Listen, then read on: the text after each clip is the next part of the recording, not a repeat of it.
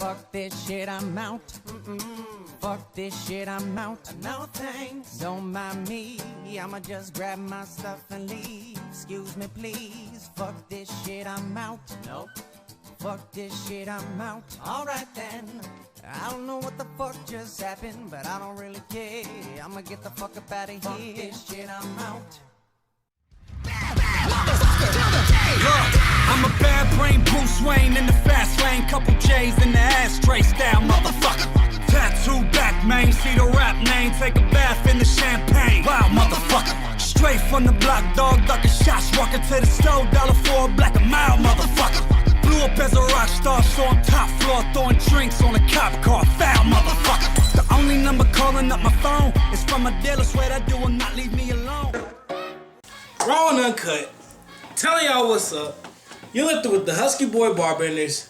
Been in some bars. Having indigestion. Y'all know what it is. Tell me what we did today, Bruce. Having indigestion. So I have angina. Today we did singles. You should watch iCarly, man. Oh, that was my show though. iCarly was fire. I have angina. Even though Sam was the sexier one. Yeah, well, I don't know why. Carly looked like Michael Jackson. Yo, calm down. Carly had the head of Michael Jackson and the body of Macaulay Culkin. Like, no. Anyway, we did singles. Singles went pretty well. It was slight work. I did. What is? How much weight is that? Someone do the math. I think it's 5. That's 550. Or that's 505. 505. Yeah, because I was I did 4. Why did you just? I don't know. What the fuck?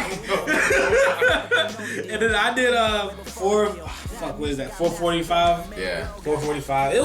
It actually wasn't a bad day. I think singles is one of the best days out of the month just because it doesn't tax you too much. I like doing it because it's one.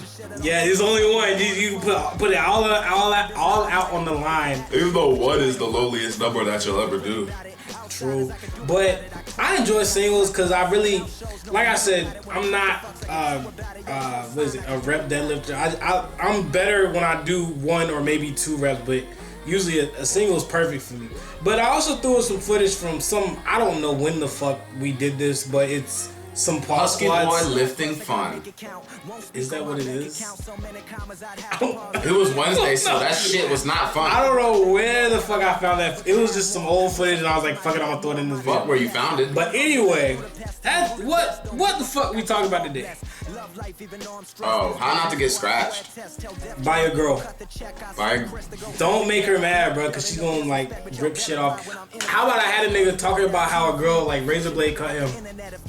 why? I don't know. Just his friend was talking to. He was like, "What happened?" He was like, "That bitch cut me." My nigga, he had a scar running the length of his tricep to his like forearm.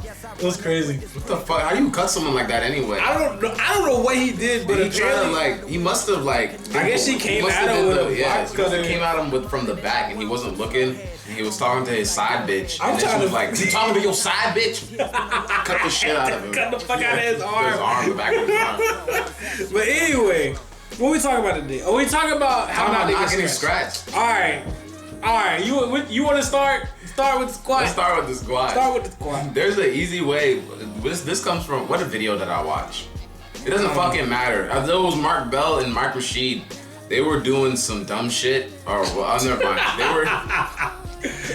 Shit. Mark Bell was teaching Mike Rashid how to bench in competition, and one important thing that Mark Bell said was that you should absolutely not skyrocket. What's the word he used? It doesn't fucking matter what he used. He said you should absolutely beast your first lift and make sure it is perfect and the cleanest thing you can ever make it.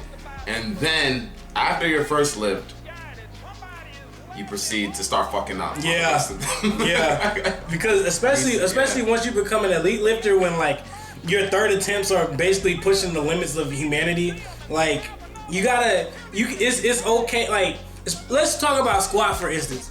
You know, if you go in on your first squat and you're like a 600-pound squatter and you do like a 5 something, Like of course you're gonna sink that shit deep as hell if you train correctly, because that 5's gonna be nothing for you if you're a 600-pound squatter.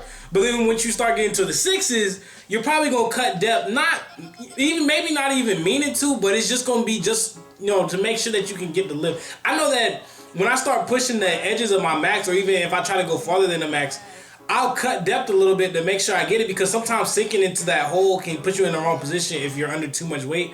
But me. Oh yeah, definitely. If you. Oh, go ahead. So much stuttering.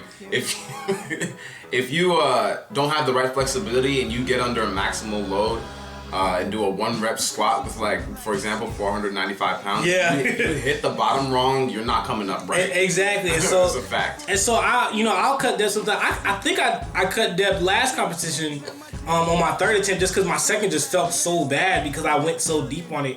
But the thing is, when I cut depth, because I sink my 1st squat, they already, assuming that I'm gonna hit depth anyway. And 2, us cutting depth is probably still hitting deeper than most people hit when they go parallel. Just saying, just because we're so used to going so deep, when we cut depth, we're actually still hitting, the right amount of depth. Way below parallel. Yeah, exactly. Cutting depth for us is still going way below parallel. Exactly. But so for on squat, for example, on the squat, Mark Bell said you wanna, not on the squat, but in the bench video, you wanna hit your first lift as well as possible, so that after that, the refs have an idea of what your first lift is pretty much how they judge you following the rest of the time. Really, I've seen this in a lot of competitions, even before you get there. If you have YouTube videos and you're known for squatting high in YouTube videos, the judges are gonna judge you based on that, because it's not even on purpose. This is just human nature. If every person with long hair you've seen was a hoe, you're gonna see the next long-haired person. You're gonna like, automatically start thinking you're probably a hoe. Yeah. whether you want to think it or not. So, on squat, for example, which is really the biggest one where people get scratched for actual depth. Because it's kind of hard to get scratched on deadlift unless you hitch. I mean, that's really the only thing. Like, drop the weight and hitch are your only 2 issues with deadlifting, and that's those are easy fixes. But squats, where a lot of people get either scratched out or scratched on like their 2nd or 3rd attempt. Yeah. So on the squat, what you want to do is First of all, wait for your fucking command. Wait for your fucking command. That's first. Make sure that you're watching the judge and that you get the signal and stuff. Second, what you want to do is flex. You want to fucking flex your calves, right? Shit. Flex your calves. I mean, flex your quads, not flex your calves. Straighten out. So let's go beyond all the technical shit, all like the little rules. This is a rule that people may not know. The first squat you really want to do is sink it deeper than usual. Yeah. So you want to, which we kind of take this approach to all of our lifts. You want your first lift to be something you can get on any day. It doesn't have to be super easy. And I mean, like, not even any day is in, well, I could bench 325 any day, but that still wouldn't be my first attempt. So like, my first attempt would be like something that I could say I'm pausing. Yeah. Let's say like 265. That would be my lowest first attempt, because I know I could pause that for like 5-10 seconds and then rep it again. Because you never know what'll happen. Like when Bruce was squatting, Bruce didn't have any time to warm up, still hit his first attempt. Like, I know my first attempt, for instance, I was squatting, I think I had like a 365 squat max at the time. So my first squat was 330, just because I knew on any day I could hit 330 easy. Warm up or not, I could hit 330 and I could be on the board. Because biggest thing is to make sure you get on the board first, and then worry about, who's totaling higher than who.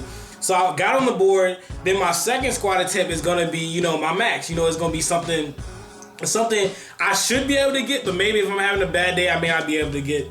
And so then that'll put you, higher up there. But that first squat, because it's so easy, I sink right into it. My judges were impressed by my depth and stuff, and I didn't have any problems with them, giving me any judging crap. Your depth, because they knew that after the first one, he wasn't a fuck around. But there's like Jesse Norris, for instance, and this will be probably the last thing we talk about, but look at Jesse Norris at Nationals.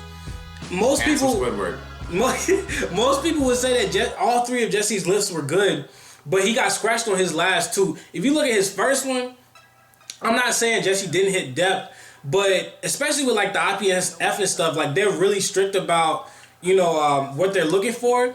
And if they didn't see that hip crease, but what is it? Is it below the knee? Hip crease below the knee. Hip crease below the knee, and then some people said even maybe it could have been because his quads were so big that it made it look Gives off. an illusion, that is, you're not actually as deep as you are. Exactly. I mean, people are like, well, it's a 700-pound squat stuff. It's like, well, if you start making exceptions for, like certain people that are doing heavier stuff, then you got to make exceptions for everybody. And they're just trying to follow the rule.